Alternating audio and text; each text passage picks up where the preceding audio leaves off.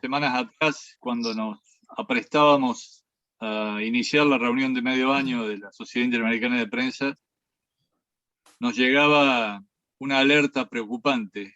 El Tribunal Supremo de Justicia de Venezuela acababa de ordenar a El Nacional que indemnizara a Diosdado Cabello con una cifra realmente absurda, equivalente a unos 13,2, 13,5 millones de dólares.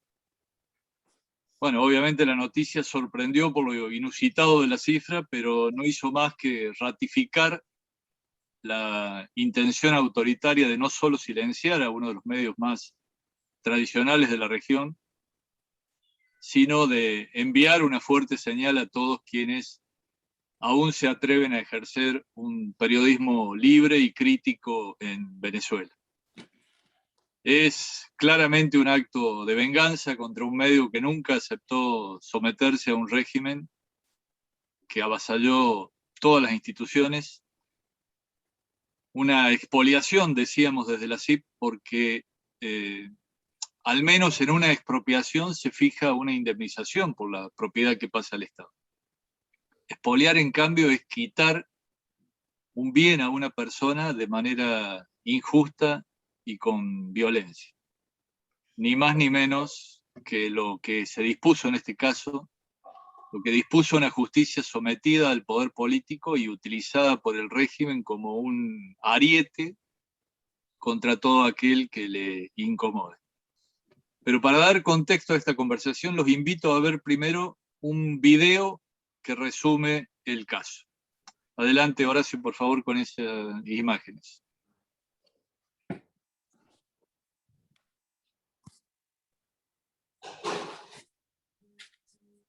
Horacio, ¿me escuchas? Ahí está.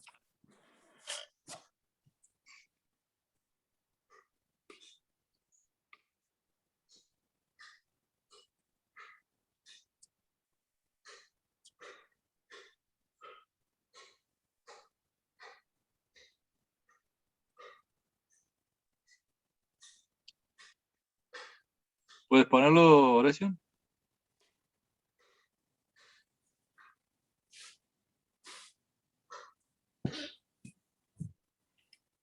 Sí, Carlos, un momento. Déjeme que tengo problemas para sacarlo de vuelta de aquí.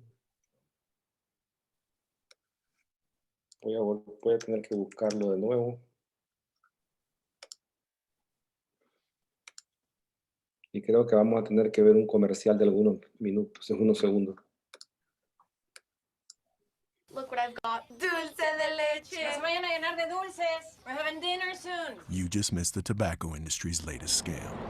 Look what I've got. Dulce de leche. Because you were supposed to. Ahora sí vamos a ver. Expresaba el gerente general del diario El Nacional que era un día muy oscuro para la libertad de expresión en Venezuela. En horas de la tarde de este viernes, un grupo de unos 40 efectivos de la Guardia Nacional Bolivariana arribaron a la sede de este histórico diario con 77 años funcionando en el país y tomaron control de esta instalación. Ellos presentaron un documento, aseguraron pues que no hubo violencia, pero sí desalojaron a todas las personas que se encontraban allí. El gerente general del diario aseguró que ellos van a seguir funcionando a través de su portal digital y calificó el hecho no solamente de arbitrario, ilegal, sino también como un vulgar robo. Así lo describió literalmente, asegurando que ellos van a seguir funcionando y van a seguir informando en la medida de sus posibilidades. Vamos a escuchar parte de lo que fue su declaración. Ellos lo que hicieron fue entrar, sálganse todos los golpes, se me van, salieron. Yo no hice ningún tipo de grabación de lo que está dentro del periódico, no hubo ningún tipo de acta, sencillamente un desalojo. Básicamente nos invadieron el edificio y nos lo robaron. Eso es lo que está pasando. Llegaron 40 funcionarios, todos armados. Ovejas también, no sabemos si son 40 o 50. Y salieron ahí y decirte, vete de acá. Bueno, no se tiene que ir. ¿Tú qué vas a hacer? ¿Vas a quedar ahí como un mártir? Lo lógico es salir y desalojaron. Uno pelea como debe pelear. Y en este momento hay que ser inteligente y hable. Nosotros vamos a seguir hablando con todos los agentes internacionales. Nosotros vamos a seguir dando la información de lo que está pasando en Venezuela. Diosdado Cabello había dicho que si no le pagaban el dinero que estaba establecido en esta multa, iba a tomar control de las instalaciones y que los iba a prestar para que funcionara allí una universidad de la comunicación, y destacó que el resto del dinero o los recursos que recibe los iba a destinar a traer vacunas para Venezuela y también para invertir en proyectos sociales. De igual manera, ya se han pronunciado distintas organizaciones no gubernamentales defensoras de la libertad de expresión en algunos países, entre ellos Estados Unidos, para condenar el hecho, para asegurar que esto no es un ataque contra un medio, sino contra la libertad de expresión en Venezuela, y para asegurar que no puede haber elecciones libres en Venezuela si no hay medios libres también en el país. Bueno, como pueden ver, no hay nada de razonable en la causa, no hay nada acorde a parámetros internacionales de libertad de expresión, de derechos humanos. En primer lugar, la querella fue presentada por Cabello en 2015, luego de que el medio, el Nacional, replicara un reportaje del diario español ABC. En ese reportaje, el ex jefe de escoltas del dirigente chavista, Leamsi Salazar, acusaba al entonces presidente de la Asamblea Nacional de estar vinculado con el narcotráfico. Curiosamente, bueno, en realidad no tanto, como planteó en estos días el director del Nacional, Miguel Enrique Otero, Cabello no demandó al ABC ni a otros medios internacionales que reflejaron la noticia. Se calcula que fueron más de 80 medios en todo el continente que reflejaron ese hecho, que era una noticia de interés público.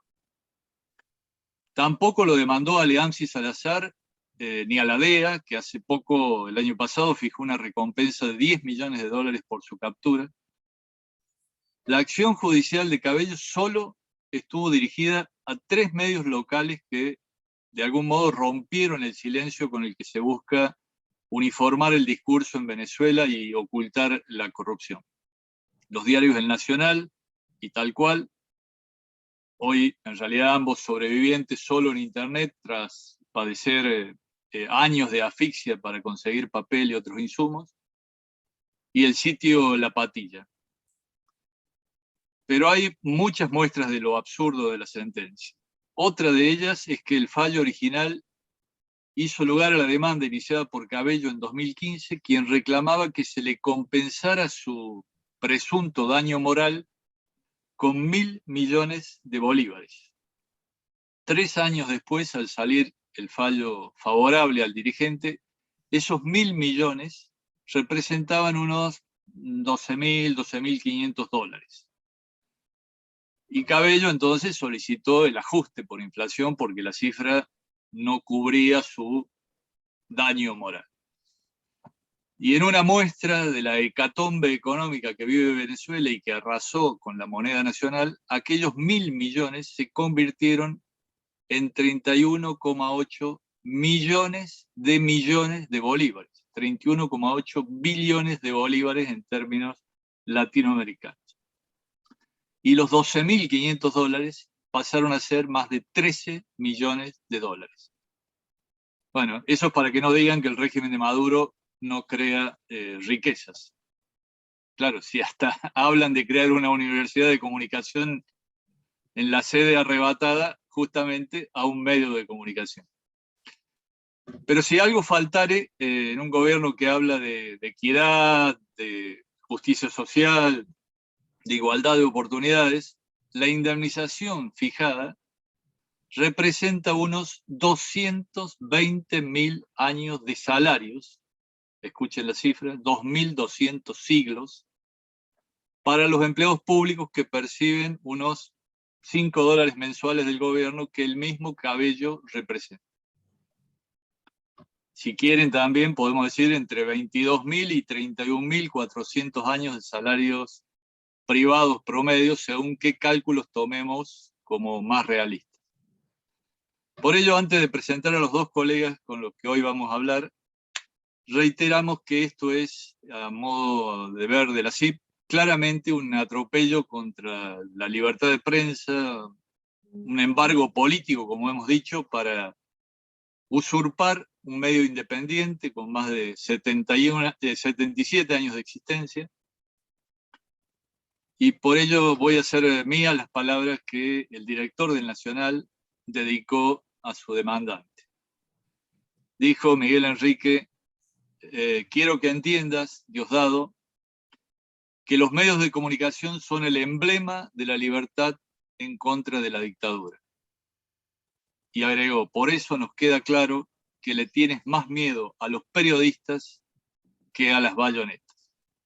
Bueno, ya hemos escuchado la palabra de Miguel Enrique en otras ocasiones. Hoy queremos profundizar en cómo vive la redacción del Nacional el aparatoso operativo de desalojo de la empresa, cómo impacta esto en el ánimo de los periodistas, qué esperanzas se avisoran. Y para ello le doy la bienvenida a dos destacados colegas. Alba Sánchez Borges es ex jefa de redacción y actual asesora editorial del Nacional, y José Gregorio Mesa, quien 10 años atrás ingresó al grupo como gerente editorial del periódico popular que tenía el Nacional, que ya desapareció, y hoy es jefe de redacción del propio El Nacional. Hola Alba, hola José, buena jornada. A través de ustedes transmito obviamente mi solidaridad personal y también la institucional de toda la CIP, y además mi reconocimiento por la valentía, por el compromiso con que asumen estos difíciles momentos. Bueno, en primer lugar, Alba, tú tienes una larga experiencia en el diario y te ha tocado vivir la época de esplendor y también padecer desde adentro el largo calvario que llevó al cierre de la edición impresa y ahora al embargo de la sede y de todos los bienes. ¿Cómo vives este difícil momento, este camino hacia el abismo desde aquella empresa floreciente con más de 1.000 empleados, ¿no es cierto?, a esta realidad agobiante y plagada de incertidumbre? Bueno, tenemos que tener en cuenta que esto comienza el declive hace 23 años, o sea, tenemos una dictadura, el chavismo-madurismo tiene ya 23 años, y ha sido un proceso que ha sido poco a poco, o sea, porque Chávez nunca se declaró dictador desde el momento en que llegó en el año 98. Simplemente hubo una gran esperanza en el país de que podía haber un cambio, y ahí los medios de comunicación tuvimos quizás mucha responsabilidad en lo que fue el ataque a las instituciones.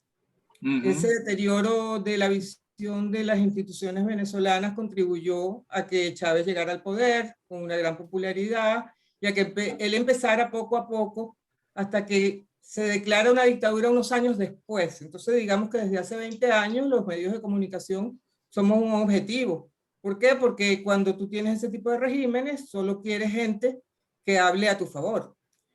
El Nacional, sin embargo, en esa época todavía nosotros nos hemos reinventado muchas veces y esa época fue una época muy buena porque el Nacional comenzó a innovar. Aparte de la página web, se sacaron el periódico popular, se sacó el periódico gratuito, 2 proyectos en los cuales yo participé activamente. Se sacaron otras páginas web, se hicieron acuerdos con el GDA, o sea que veníamos bollantes, digamos, a pesar de el gobierno que teníamos. Sin embargo, cada vez era más difícil evitar la autocensura. Eso no es solo en el Nacional, eso fue en todos los medios. Para evitar este tipo de asuntos. El Nacional no se caracteriza por ser un periódico que se censura. Fue siempre un periódico que echaba para adelante y que siempre trataba de informar, asumiendo riesgos. Eso sucedió cuando se publica lo de Diosdado Cabello. Yo no creo que nadie era inocente para no saber las consecuencias que eso podría tener. Pero nosotros estábamos respaldados por una entrevista de un personaje que fue un mano derecha de él y que además había sido publicado, creo que no solo por el ABC, también por el Wall Street Journal. Exacto. Entonces, sabiendo el terreno que estábamos pisando, nosotros seguimos trabajando. ¿Qué pasó? Que vino el problema de que ya las amenazas no eran solo por palabras, sino que pasó lo del papel. El Nacional se vio obligado a reducir su tiraje muchísimo. O sea, ya éramos un periódico con mucho menos tiraje, con mucho menos páginas. Pasamos de tener 100 y había pico que ahorrar páginas, papel a toda costa. Claro, el problema del papel, subsistimos un tiempo gracias a la ayuda de los periódicos hermanos de la región Y posteriormente, ¿qué pasó? Que empezamos a tener que cerrar todo eso que nos había convertido en unos, teníamos el periódico gratuito que tenía 9 años y que era exitoso, hubo que cerrarlo, las revistas hubo que cerrarlas, el periódico popular hubo que cerrarlas, y bueno, meter todos los huevos en el Nacional, que era el buque de insignia. ¿Qué pasa? Que cuando ya la posibilidad de tener papel no existe, te vuelves a reinventar y dices, bueno, ok, voy a la web. Pero ¿qué implica eso? Que tienes que salir de personal, un personal que, como yo creo que te expliqué anteriormente, ya había empezado a emigrar. Y entonces no te quedas con los mejores. De hecho, hay algunos que están participando ahora de esta charla desde distintos lugares del mundo, ¿no? Claro, y no solo eso, sino que los periodistas que te van quedando son los que solo han vivido el chavismo. O sea, es mucha gente joven que no vivió la democracia que vivimos nosotros. Para quienes lo peor que había habido había sido lo que teníamos de referencia de la dictadura de Marcos Pérez Jiménez, que solo duró 10 años. O sea, ahora nos parece que eso no duró nada. Entonces te tienes que volver a reinventar, y es cuando tenemos que empezar a decir, bueno, ok, los medios digitales. ¿Qué pasa? Que el medio digital para nosotros siempre había sido algo complementario al periódico papel. El periódico papel era el que investigaba, el que profundizaba, y la web era el breaking news, las redes sociales, etcétera, etcétera. Entonces, hacer esa transición, que estuvimos mucho tiempo tratando de hacerla antes de que el periódico se tratando de hacer esa convergencia de la cual ustedes hablan tanto en las reuniones, esa convergencia nunca se logró hacer definitivamente, y entonces volver a inventarnos y decir, bueno, agarremos esto y veamos cómo salimos. ¿Qué pasa? Que sí, que seguimos al aire, y que el periódico realmente no es un edificio, que el periódico es su gente y la web va a seguir saliendo. Ahora, las condiciones que tenemos en cuanto a las posibilidades de mantener un personal robusto no son las más excelentes, ni ahorita con la pandemia todo el mundo está trabajando desde su casa, teletrabajando. Entonces no tenemos ni contacto físico como para que el Nacional siga siendo esa escuela que siempre fue de formar periodistas, sino que estamos todos dando todo lo que podemos, pero aislados desde alguna forma. Y entrando en esa espiral que pasa mucho en los medios digitales, que es reciclar, porque no tienes la posibilidad, que por la pandemia no puedes salir, para hacer una entrevista es un problema, para investigar una opacidad que hay en el país, que no hay ninguna manera de acceder a ninguna información oficial. Empezando porque ya nosotros no tenemos ni idea de cuántos casos diarios de coronavirus hay en el país, porque hay un subregistro inmenso, que debería ser un medio como el Nacional y que hubiera hecho en su momento, realmente descubrir cuál es ese subregistro, pero no, o sea, hay una imposibilidad de ejercer el periodismo de excelencia que nosotros ejercíamos. Eso no quiere decir que no lo estemos haciendo bien. Lo estamos haciendo y lo seguiremos haciendo.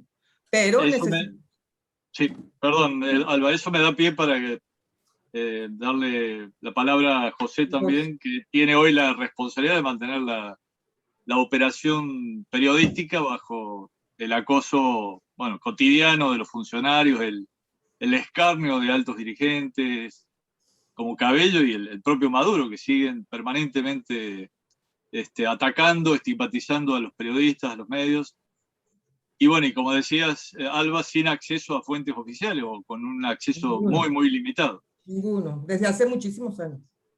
¿Cómo es, José, ejercer el periodismo en un clima, bueno, tan marcadamente hostil, con un régimen autoritario que lleva ya, bueno, 22, 23 años, como decía Alba, y sin perspectivas claras de un retorno inmediato a la institucionalidad, ¿no?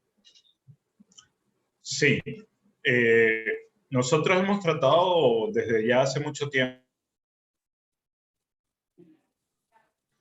pues de diversas maneras, tratar de, si te sacan por la puerta, meterte por la ventana. Entonces, en ese proceso... ¿Quieres apagar la cámara, José? Porque tienes un problema de conexión. Chévere, apago la cámara entonces para ver. Ajá. Mejor. Sí. Y ahora mejor. Dale. Sí, nosotros les decía que hemos tratado de reinventarnos. Y en ese proceso de reinvención, pues, es hacer o tratar de hacer pues, diferentes cosas que a lo mejor en el periodismo tradicional, pues en un momento determinado, pues no hubiéramos hecho, pero que ahora pues toca, y en ese proceso pues ir pues trabajando de diversas formas, ¿no? Una de las ventajas que creo que hemos tenido durante este último año, el año de pandemia y un poquito más, es que se ha mantenido más o menos la misma plantilla. Una plantilla muy reducida y muy joven, pero es la misma. Entonces, claro, eso es una gran ventaja. Crear como una dinámica en la que prácticamente la gente sabe lo que tiene que hacer. Es decir, no tienes que estar como que armando muchísimas cosas ni dando muchas órdenes, sino simplemente como perfilando cosas y que las cosas vayan rodando. Creo que todos estamos claros, a pesar de que, lo que digo, la plantilla es muy joven. La mayoría no llega a 30 años. Somos muy poquitos los que estamos ya sobre los 40, 50 años.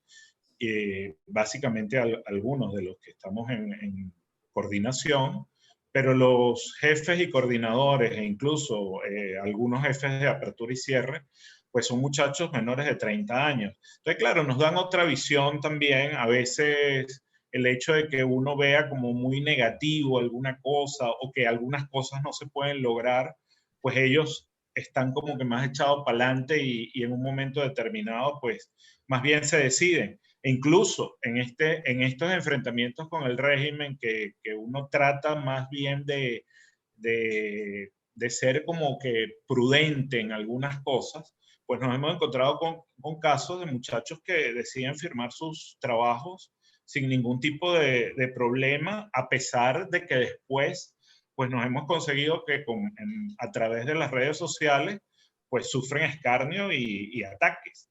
Hay un trabajo muy reciente de una de nuestras periodistas que hizo en el Poliedro de Caracas, que está como centro de atención de COVID.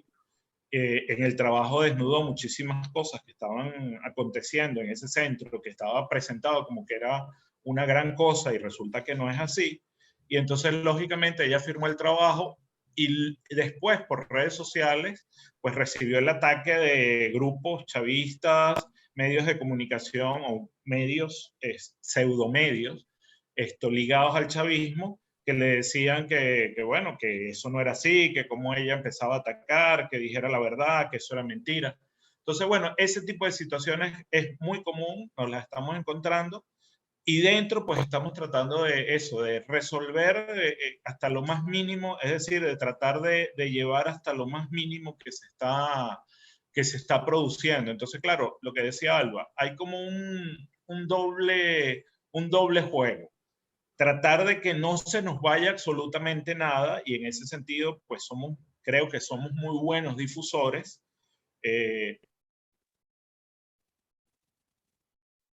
Del continente, en el decir que nosotros podemos reproducir sin ningún tipo de problema los artículos, las notas que ellos van produciendo, y entonces, claro, nosotros aprovechamos eso y lo podemos difundir. Y también, pues, trabajos que estamos haciendo de largo alcance, de segunda velocidad, que implica un poquito más de reposo, que no son la cantidad que nosotros quisiéramos y a veces no tienen la profundidad que nosotros quisiéramos, pero bueno, ciertamente en este momento creo que nos estamos arropando hasta donde nos llega la cobija.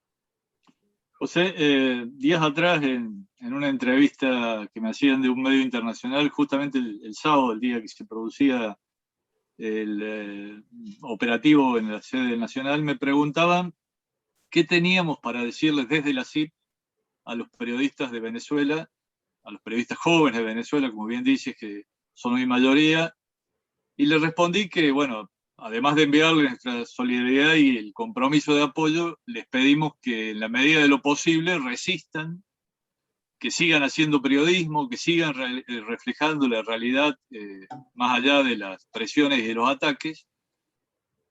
Es cierto que sin democracia es muy difícil que haya prensa libre, pero estamos seguros de que sin prensa libre no hay posibilidades de democracia, con lo cual, si Venezuela va a poder volver en algún momento a una institucionalidad como la que existe en otros países, necesita sí o sí una prensa libre.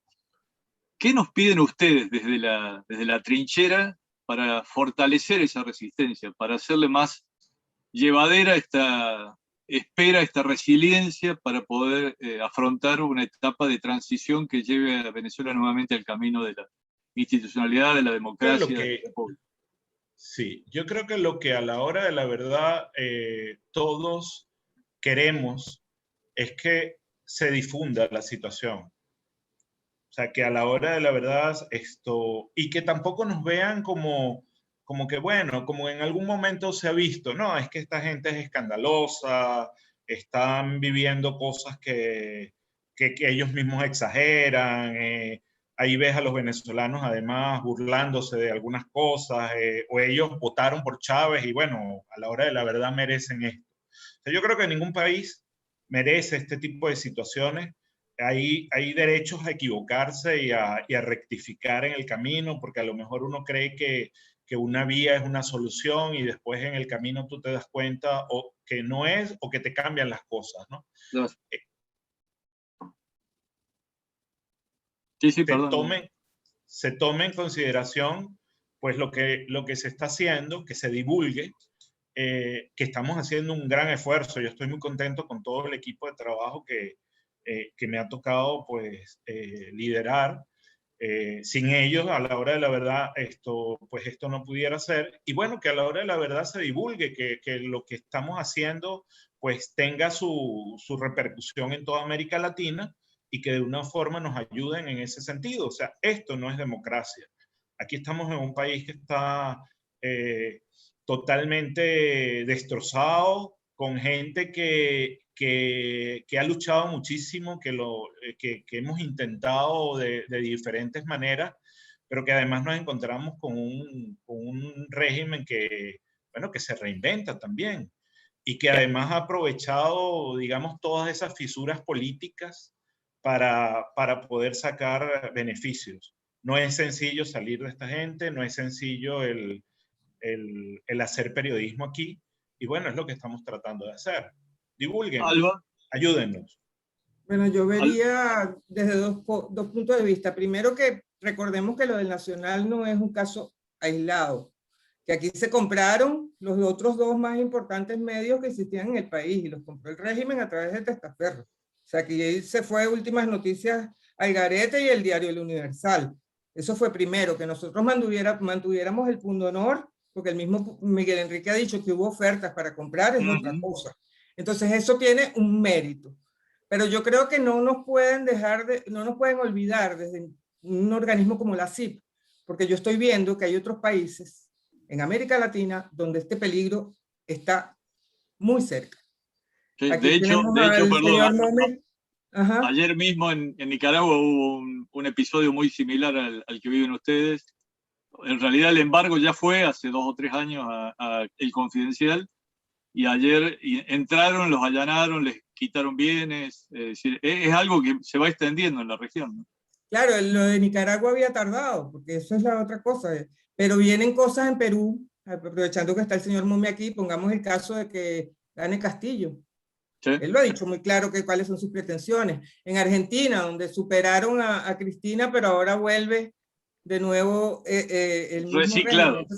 Entonces, claro, todos estamos en peligro. No es pobrecito el Nacional que está. Nosotros, bueno, lamentablemente la situación del país fue hay un desbaratamiento de instituciones. Aquí no hay instituciones de ningún tipo, y eso permite que personas como Diosdado Cabello pueda, por una vía aparentemente legal, porque si tú te pones a analizar, él fue por los pasos legales. O sea, él demandó en un tribunal, presentó sus pruebas, nosotros presentamos las nuestras, pero el tribunal decide a favor de él.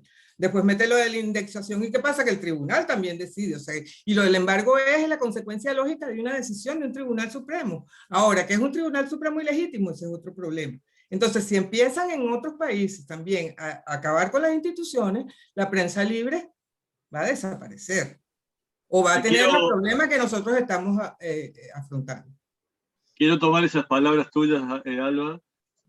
En este conversatorio hay periodistas y directivos de medios de países de la región que siempre, de algún modo, miran a Venezuela como un ejemplo, un mal ejemplo, si se quiere, de hasta dónde puede llegarse en materia de deterioro económico, social, democrático, en especial en materia de pérdida de las libertades, cuando los frenos institucionales, como bien decías, no actúan a tiempo, ¿no? Bueno, y el caso de El Salvador, de Nicaragua, de Argentina que mencionabas, el de Bolivia, el de México, quizá Perú, como bien decías, Brasil desde el otro República extremo Dominicana en el sentido contrario, incluso República Dominicana. Exacto. Estados Unidos, bueno, hasta el reciente cambio de gobierno, lo que pasó, las estigmatizaciones que había contra el periodismo, los ataques que empezó a haber en función de un presidente que transmitía una prédica antiprensa, ¿no? En todo se incurre en esa misma fórmula: atacar a periodistas y medios, descalificar la crítica y luego, ya afectado ese mecanismo de control ciudadano sobre el poder, avanzar sobre las instituciones republicanas y generar enfrentamientos sociales, ¿no?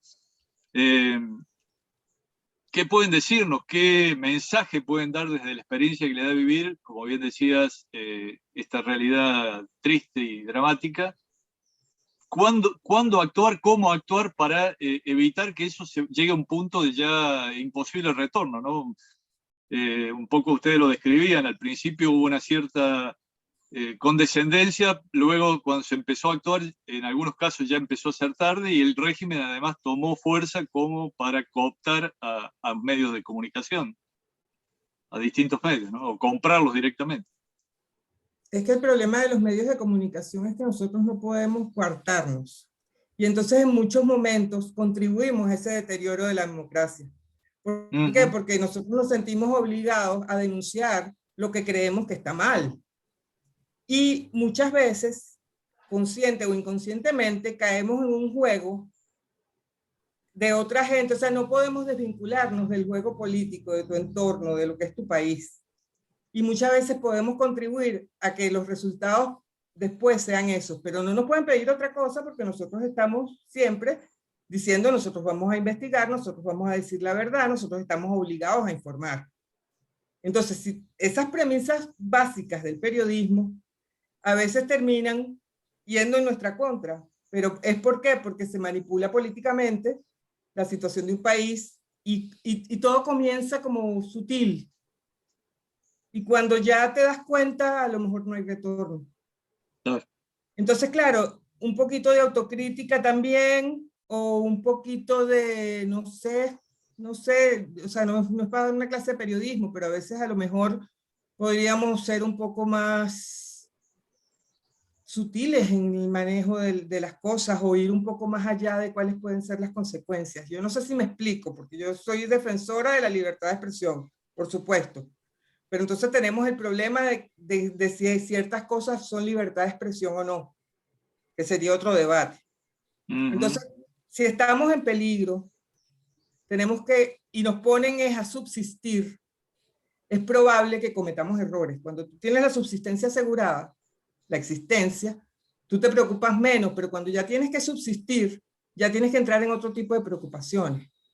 Entonces tú preguntabas, ¿qué pueden hacer? O sea, tienen que estar pendientes, muy pendientes, seguir los pasos de lo que está haciendo y tratar de adelantarse a cuando un problema político te puede manipular.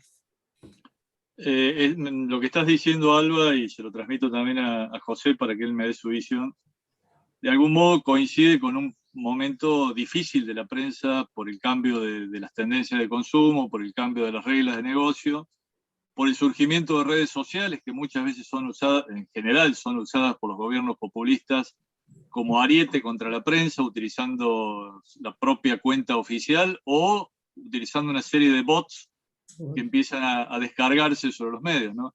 Entonces esa cierta debilidad que empieza a agravarse en algunos países lleva a este proceso que decía Alba, ¿no? De que en algún momento se tiene la fuerza para actuar, pero luego esa fuerza se va perdiendo y nos lleva a este camino, en algunos casos, difícil de recuperar. ¿Cómo lo ves, José?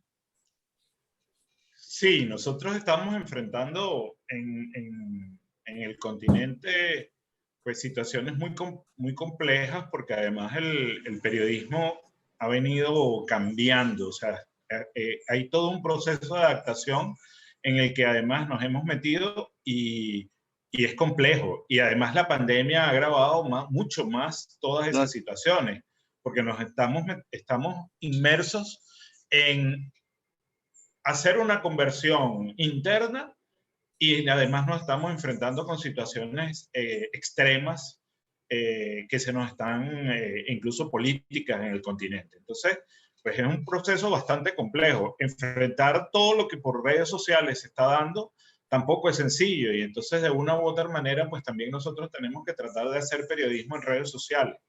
Entonces, claro, es un momento convulso, bien interesante para el periodismo, eso sí, pero sumamente convulso porque evidentemente aquí no hay en este momento como recetas ni cosas ya hechas que uno diga, bueno, es que esta sala de redacción tiene que asumir tales o tales cosas. Si nosotros echamos, por ejemplo, para atrás unos 10 años, hace 10 años uno pensaba, por ejemplo, que la web tenía X cosa y que tomando tales o tales definiciones, ya uno iba a solucionar ese camino. Y más o menos veía que los impresos iban a terminar convirtiéndose en mucho menos de lo que era y que eso iba a tardar tanto tiempo. O sea, uno tenía como que ciertas recetas y creía que eso iba a ir por ahí. Y resulta que a la vuelta de la esquina, o sea, han pasado 10 años y muchas de las cosas que pensábamos que iban a pasar, pues no terminaron pasando. Algunas sí, pero muchísimas no terminaron pasando. Entonces, yo lo que creo es que hay que tener una mente abierta y políticamente hay que sospechar de todo. Aquí no es cuestión de derechas o izquierdas o de centro. Aquí hay que sospechar de todo. ¿Por qué? Porque, bueno, lo que ha sido la experiencia, y creo que de la mayoría de los políticos a la hora de la verdad en nuestro continente, buscan sus beneficios, están como que intentando de una u otra manera, pues darle vueltas a todo, y a veces lo que terminan es aprovechándose de los medios de comunicación en un momento determinado para que los encumbren, para que a la hora de la verdad dar el salto y después cambiar simplemente, y entonces ya después el medio de comunicación se convierte en enemigo. Entonces yo creo que a la hora de la verdad nosotros no debemos caer en eso. Es difícil, es complejo, hay muchísimas cosas, hay intereses comerciales, hay intereses políticos. No estoy tampoco aquí cayendo en la ingenuidad de estar a lo mejor en una clase en la universidad y decir estas cosas tienen que ser de tal manera. Pero de alguna manera esa crítica continua y esa sospecha continua tiene que estar en una sala de redacción. O sea, nosotros no podemos ser blandengues con ninguno. Ese periodismo que en un momento uno dice, no, es periodismo militante. Eso yo lo escucho aquí y me da tirria. O sea, me da tirria. Es lo que yo veo, por ejemplo, en Venezolana de Televisión, el canal del Estado, que es prácticamente un periodismo propagandístico. Yo creo que ese periodismo no lo debemos hacer. Creo que hay que sospechar, lo que les decía antes, sospechar de todo. Sí, evidentemente el calor oficial, el calor del poder oficial es cómodo para muchos, pero es un riesgo siempre latente y como dices bien, en algún momento se pasa de amigo a enemigo con rapidez y se derrumba todo. Pero esto me lleva al tema de la sustentabilidad, un debate que está muy en boga en este momento. ¿Hay un modelo de negocio posible para garantizar la sustentabilidad de las empresas en un contexto tan adverso? La salida, ¿cuál es? ¿Un modelo de membresía orientado a mecenas privados o a entidades y organismos internacionales que puedan aportar fondos? ¿Es uno de suscripciones que apele, no sé, a la diáspora venezolana o a sectores que tengan algún interés en la realidad de Venezuela? ¿Cómo lo ves, José, desde el seno de la redacción y tus contactos con colegas de la propia empresa? Es complicado, ¿no? A ver, yo he hablado en algunas ocasiones de que deberíamos intentar algún modo de membresía. Aquí se han hecho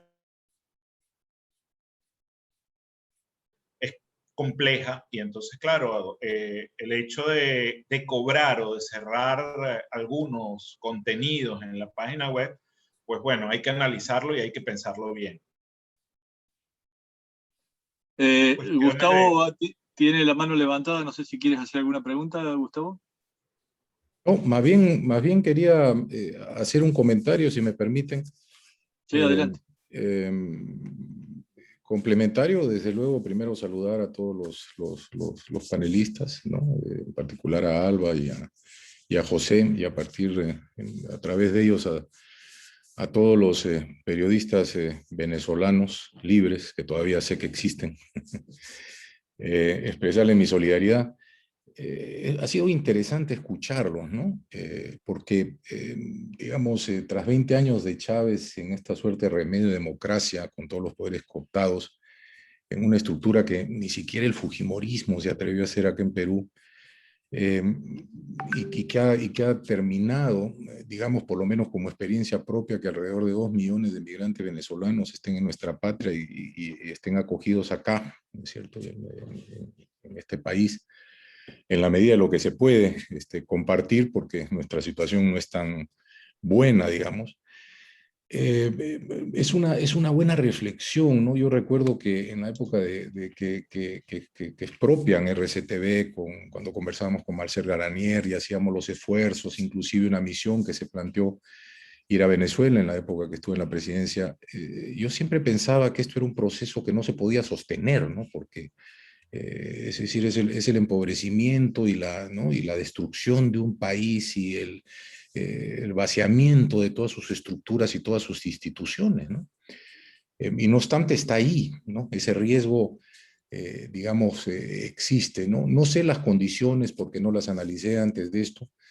En nuestro país estamos en una real preocupación, ¿no? Porque estamos en una suerte de dicotomía entre dos candidatos, uno que nos representa el fujimorismo, ¿no? Que tuvo una década de corrupción y de copamiento de todos los medios, ¿no? De todos los medios, ¿no? No al extremo de Venezuela, pero fue muy duro en esa época, ¿no? Muy duro las persecuciones.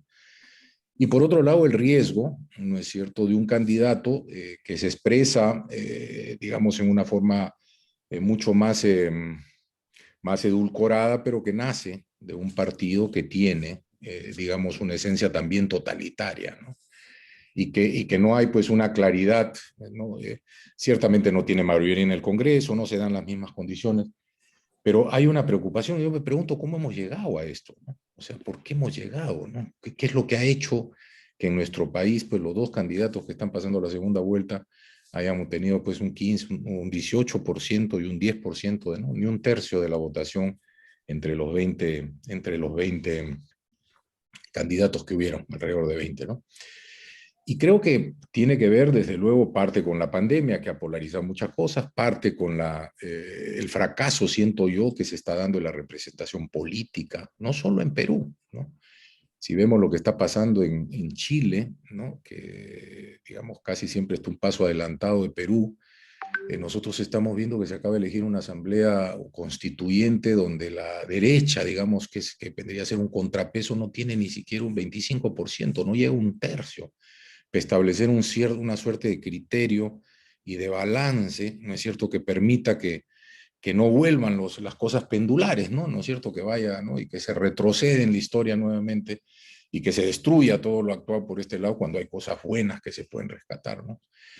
Yo creo que, digamos, esos análisis políticos que los comparto, lo único que me llevan a la reflexión de nuestro rol, ¿no? Yo te escuchaba, Alba, decir a veces que podemos ser usados por la clase política, ciertamente, ¿no? O sea, yo creo que los medios de comunicación no somos ajenos a ese tipo de vaivenes, digamos, pero me gustó un poco la teoría de que, bueno, tenemos que informar y tenemos que informar y tenemos que informar, ¿no es cierto? Ese es nuestro rol, porque si no corremos el riesgo de dejar de ser el engranaje de comunicación y que las redes sociales terminen, ¿no? Terminen desplazándonos totalmente, ¿no? La capacidad que tenemos de informar con libertad.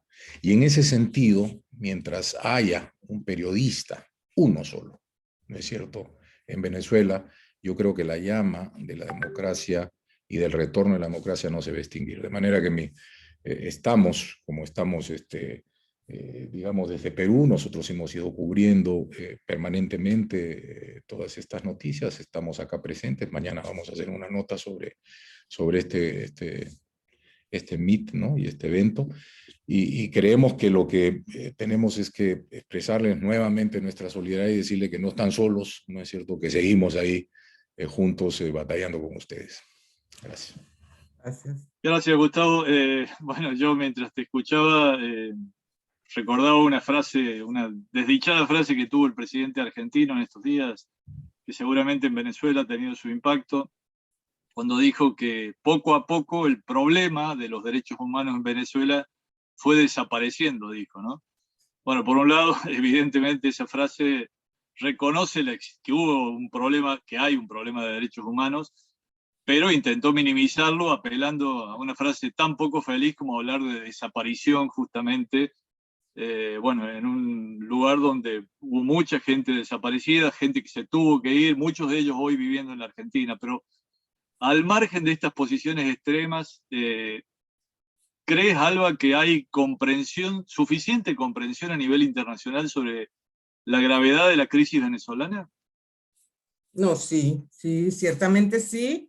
Y eso lo ha demostrado, bueno, la cantidad de pronunciamientos que ha habido, no en el caso nuestro, pero en el caso de derechos humanos, la Corte Interamericana está metida, la Unión Europea, la Casa Blanca, o sea, sí hay preocupación. El problema es que no se ha encontrado una salida, porque yo no sé si es que ellos son más vivos que nosotros o nosotros más bobos que ellos, pero a cada vez que alguna posibilidad de algo de avance surge, ellos logran mantener, o sea, darle vuelta a la tortilla y mantenerse. Y esto les ha permitido mantenerse y legítimamente, porque todo el mundo sabe que las elecciones en las que Maduro supuestamente ganó fueron unas elecciones amañadas porque volvemos a lo de las instituciones, si no tienes un Consejo Nacional Electoral confiable, si no permites observadores internacionales, si no tienes nada de eso, ¿cómo no ganan? Y que es probablemente lo que vuelva a pasar en noviembre.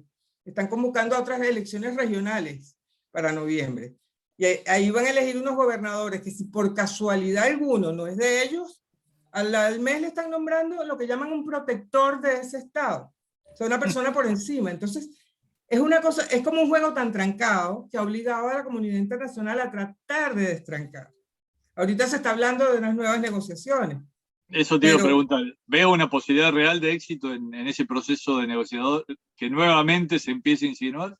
No lo sé, porque el problema es que el mismo día que se habla de negociación pasan dos cosas. La decisión de embargar al Nacional por una cosa que hace el vicepresidente del partido del régimen, y por otro lado, Maduro le empieza a dar la primera patada a la mesa, porque empiezan con la extradición de Leopoldo López, sale la petición de extradición de Leopoldo López y otra cosa que hizo ese día que era el llamado a elecciones, le ponen fechas sin preguntar a nadie. Entonces le das la patada a la mesa el mismo día. Entonces tú dices, bueno, esperemos, y la comunidad internacional, nosotros hemos esperado muchísimo que la comunidad internacional resuelva un problema. La comunidad internacional no va a resolver ningún problema, nos va a apoyar, pero el problema lo tienen que resolver los venezolanos. Y lamentablemente ahorita hay un estado primero que la clase media se acabó, que era la clase media antirrégimen, que era la clase antirrégimen. Aquí no existe clase media. Aquí existe una oligarquía creada por el régimen, lo que yo la llamo la nueva oligarquía, y un montón de gente pobre, que están todos preocupados cómo subsisten. La oligarquía no tiene problema, y por eso es que en Venezuela hay carros de alta gama, bodegones en dólares, que hay cosas que no te puedes imaginar, que no existen en otro país, aquí las hay. Hay un estado, un estilo de vida en un porcentaje de la población pequeño, pero que esos van a mantener el status quo. Y después hay una gente que mal que bien se rebusca, porque entonces el gobierno les da un bono de no sé qué cosa, les entrega una bolsa de comida, tal, y entonces que no tienen tiempo de pensar sino en su sobrevivencia. Para ellos el problema de la libertad de expresión es una cosa secundaria. Pero de que sí la comunidad internacional sabe lo que pasa en Venezuela, lo saben. Ahora que es muy difícil que tú tengas que intervenir, además que en cada país hay un problema.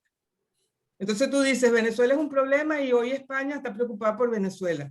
Y ese mismo día se le meten no sé cuántas personas a Ceuta viniendo de Marruecos por un problema que tienen con Marruecos. Entonces, claro, ellos tienen que atender su problema. O sea, no podemos ser el problema principal de nadie, sino solamente de los venezolanos que estamos narcotizados. Alba, acá, y de paso invito a que formulen sus preguntas a través del espacio específico de preguntas y respuestas que está al pie de la aplicación o en el espacio del chat. Pero Blanca pregunta algo que charlábamos recién con José. Por un lado, bueno, les mando un abrazo y dice que es un honor formar parte de este conversatorio. Pero además dice que uno de los grandes problemas que tenemos los diarios es hacia dónde caminar en torno de la posibilidad de monetización. Pese a que muchos medios ya la aplican, entiendo que es el modelo de muro de pago o de paywall, hay resistencias en el público. ¿Cómo lo ves, Alba, con tus años de experiencia y vínculo con las audiencias como jefa de redacción antes y como asesora editorial hoy? Perdón que me perdí un poquito porque estaba tratando de ver el chat. O sea, Sí. Modelos de financiamiento, dices tú.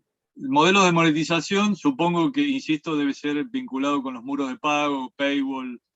Si Bueno, entienden claro. que en eso hay algún espacio como para, bueno, para los... la realidad venezolana es bastante compleja, pero, insisto, hay posibilidades tal vez en la diáspora, en los inmigrantes venezolanos que están distribuidos por todo el mundo, ¿no? Sí, el problema es que muchos de esos venezolanos distribuidos por todo el mundo se adaptan también a las comunidades a las que llegan, que a lo mejor ya la información de acá, a lo mejor les importa más lo que está pasando en su comunidad en Orange County, más que lo que está pasando acá, porque a lo mejor eso le implica un impuesto, le implica algo. La verdad que a mí no me corresponde hablar de modelos de pago, porque para eso están los dueños del periódico, su gerente general, y yo lo que puedo dar es una opinión personal. O sea, yo pienso que estos momentos son propicios como para acudir a buscar medios no tradicionales de financiamiento. Nosotros tenemos que pagar una nómina. En ese edificio se estaban alquilando oficinas que estaban permitiendo ingresos que ya no tenemos.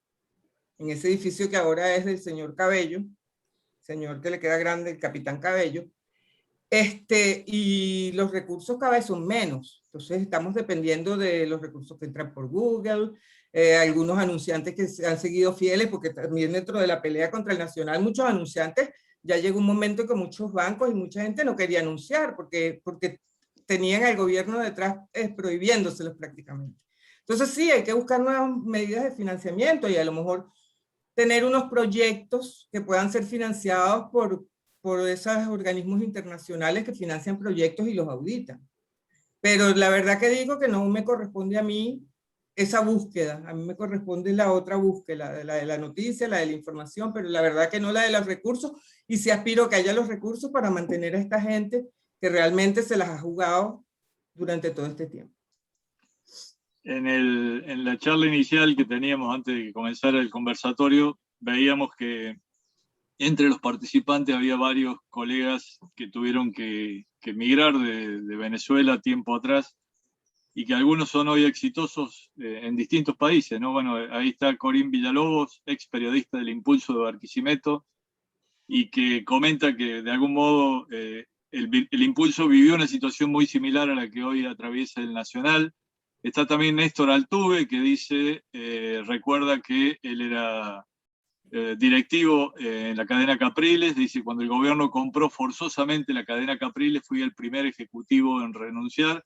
Bueno, evidentemente ha habido un gran daño para todo el equipo periodístico que tuvo años de realmente un gran profesionalismo, una gran presencia a nivel nacional e internacional, y que hoy están, bueno, en algunos casos haciendo de consultores, en otros casos de periodistas, en otros casos han tenido que cambiar su vida y buscar otros horizontes. Alba, los debes conocer a muchos de ellos, debes tener vínculos con muchos de ellos, comentabas que algunos siguen hoy colaborando con el Nacional. ¿Qué nos puedes decir de esta emigración masiva que tuvieron de talentos y la dificultad de hoy para seguir haciendo un periodismo de calidad, muchas veces por falta de recursos también, ¿no? Claro, es que la emigración fue por falta de recursos, porque había una cantidad de personal que que no tenía, estaba, digamos, bien pagado, pero no eran los sueldos que te permitían vivir en un país que comenzaba esa escala hiperinflacionaria que tenemos. Y tan buenos eran que empezaron a recibir ofertas. Algunos que ya habían tenido posibilidades de formarse en el exterior y otros que lo decidieron por su cuenta, pero nosotros tenemos periodistas formados en el Nacional que están en CNN, que están en Univisión, que están en España trabajando en medios, algunos que todavía quedan aquí, pero que colaboran en medios afuera. O sea que afortunadamente no están limpiando mesas en un restaurante, sino que están haciendo lo que saben hacer y que son gente que se formó en el Nacional. Esa es la verdad. Aquí en el chat también está Ramón Hernández, que no sé si tiene la posibilidad de hablar, porque él estuvo varias veces, fue y vino varias veces del Nacional, trabajó también en el Universal, y es un periodista veterano y excelente. Y bueno, que sigue ejerciendo su profesión desde donde está. Pero sí es lamentable porque eso es solamente una puntita de la fuga de cerebros que ha ocurrido en este país. O sea, si Venezuela cambia de régimen y mucha de esa gente no regresa, que es probable que pueda pasar, nosotros hemos perdido los mejores talentos. O sea, yo me atrevería a decir que había talentos superiores a muchos países en América Latina o iguales. O sea, médicos, ingenieros de telecomunicaciones, odontólogos. O sea, de los mejores que hay. Lo he visto en Chile cuando le dan las gracias a médicos venezolanos por la forma porque es una forma de afrontar el médico venezolano, para ponerte un ejemplo, te mira a los ojos. Entonces yo vi a una médica chilena que decía, nosotros no lo hacemos. Y entonces, claro, ha habido gente, yo no conozco algún periodista que esté mal, de los que yo conozco, afortunadamente, pero no sé. Sí, es lo que siempre se dice del drama latinoamericano, ¿no? Que muchas veces los años de dictadura, o en este caso de gobiernos autoritarios y de regímenes tan cerrados, llevan, por un lado, en algunos casos a asesinatos y en otros casos a migración de talentos que después es muy difícil recuperar, ¿no? Argentina lo vivió con los científicos en la década del 70 y después recuperar una capacidad de producción de conocimiento es muy, muy difícil. Pero en el caso de ustedes llevan 2 décadas, con lo cual es mucho más grave esa situación, ¿no? Creo que no están en condiciones de tener el micrófono los espectadores por el modo en que está configurado este conversatorio, pero Ramón o alguno de los otros que están presentes, si quieren escribir alguna cosa en el chat o en el espacio de preguntas y respuestas, le damos lectura. Estamos ya terminando con este encuentro, pero tenemos todavía algunos minutos que podemos seguir conversando y sería muy interesante escuchar esas experiencias de gente que se fue de Venezuela y que hoy ve la cruda realidad del país desde otros horizontes y sin duda, bueno, una mezcla de nostalgia y de dolor por lo que está pasando en el país, ¿no? José, no sé si estás allí todavía, porque como no te vemos... Sí. Y bueno, y José está padeciendo uno de los tantos problemas que vive el periodismo, ¿no? Las dificultades de conectividad por la deficiencia del sistema de comunicaciones que tienen. El otro día tenía un panel similar con el equipo de Tal Cual y bueno, y tenían cortes de energía eléctrica en alguna zona, cortes de internet en la otra, y es una realidad que viven a diario, ¿no? Sí, las telecomunicaciones son terribles. Y es una de las cuestiones que tenemos que padecer, y con eso tenemos que echar para adelante. Inventar, reinventar, salirle al paso. Los cortes de luz son terribles. Hay gente que pasa 10, 12 horas sin luz, zonas, y entonces, claro, en esos procesos, pues eso, nos encontramos todos los días con diferentes cosas como para tener que salirle al paso y ver cómo, porque el periódico pues tiene que continuar, la información la tenemos que seguir sacando. O gente que está de repente pues de guardia o trabajando y le llega el agua, porque entonces hay zonas en donde pues el agua te llega cada 3 días, por ejemplo, y entonces, claro, le llega el agua y pues es una de las cuestiones con la que también tenemos que lidiar. Y así con un montón de cosas, el hecho de tener que comprar las cosas, el hecho de que el sueldo no te alcanza, de que la gente pues está tratando de ver cómo subsiste, bueno, todo ese tipo de cosas.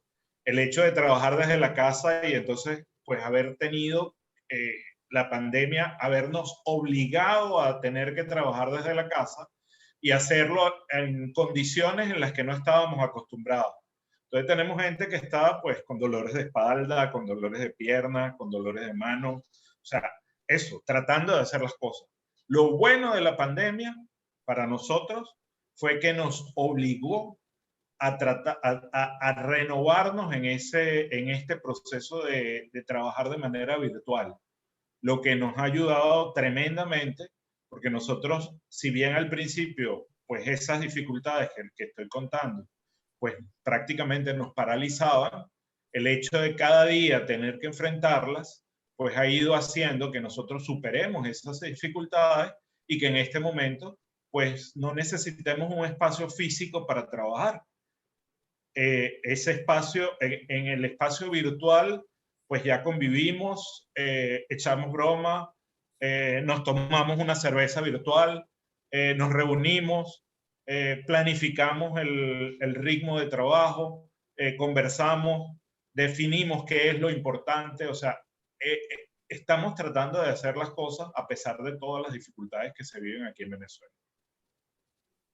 Sí, ahí estaba leyendo, bueno, un mensaje que les manda también Daniel Haddad, director propietario de Infobae, que transmite su respeto y solidaridad. También de Juan Pablo Illanes, desde Chile, dice: todo mi respeto por los periodistas venezolanos. Acá en Chile nos hemos beneficiado de muchos de ellos, muy talentosos, que se vieron obligados a salir de su país. Mi solidaridad con los que se quedaron. Bueno, y así siguen sumándose mensajes.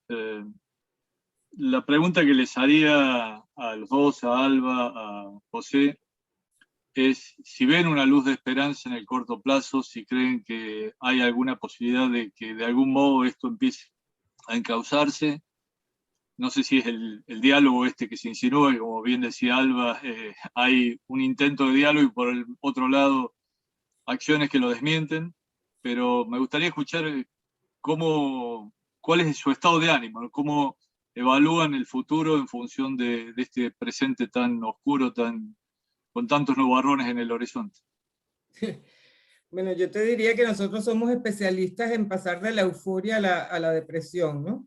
Porque esa pequeña luz la hemos visto varias veces y siempre, hasta ahora, ha terminado en decepción. Yo creo que todavía nos queda mucho régimen, muchos años de régimen por delante.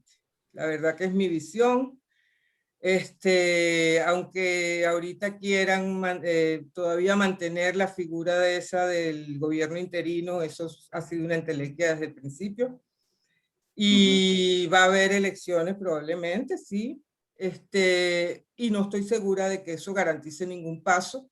Y más cuando la primera declaración de uno de los nuevos rectores que supuestamente representa a la oposición fue decir que queremos unas elecciones medianamente transparentes. Tú me puedes explicar, o son transparentes o no. Eso es lo que yo tendría que decir. Que no se puede ser más o menos democrático, ¿no? Claro. Ni más o menos preñado. ¿No sé? Yo no soy optimista tampoco. Creo que, como dice Alba, nos queda mucho régimen todavía. Sigo manteniendo esperanza en la gente. Eso, digamos, es lo que a la hora de la verdad lo impulsa a uno a quedarse y a seguir haciendo periodismo. Sí tengo esperanza en la gente y creo que los procesos son, a veces uno no los puede prever. Exacto. Y de alguna forma, cuando uno menos lo espera, pues de repente revientan. Y esa es la esperanza que uno siempre mantiene. Pero con lo que veo, evidentemente no soy optimista. Bueno, la verdad, toda nuestra admiración y el respeto por la pasión y el compromiso que le ponen a estos. Sabemos que son tiempos muy, muy complejos. reciban una vez más desde la Sociedad Interamericana de Prensa todo el apoyo que sea necesario, y vamos a seguir haciendo gestiones en organismos internacionales para que de algún modo esa presión empiece a hacer efecto sobre un régimen que económicamente no está bien, que socialmente solamente subsiste, porque como ustedes dicen, buena parte de la gente más crítica eligió irse del país por razones de asfixia económica, pero que también puede subsistir muchos años más, como pasa en Cuba aún, y en otros países de la región que tienen regímenes de larga data, ¿no? Así que estamos cerrando ya.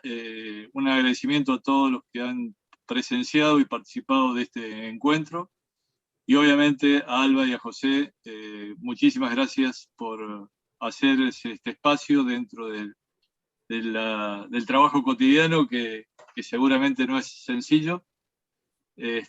Así que vamos a seguir apoyándolos y acompañándolos desde la Sociedad Interamericana de Prensa. Ahí lo veo a Ricardo, nuestro director ejecutivo, bueno, Gustavo Mome, 2 veces presidente de la institución. Muchísimas gracias y será hasta un próximo encuentro. Ojalá que en mejores situaciones que las que están viviendo. Gracias a ustedes. Gracias a ustedes.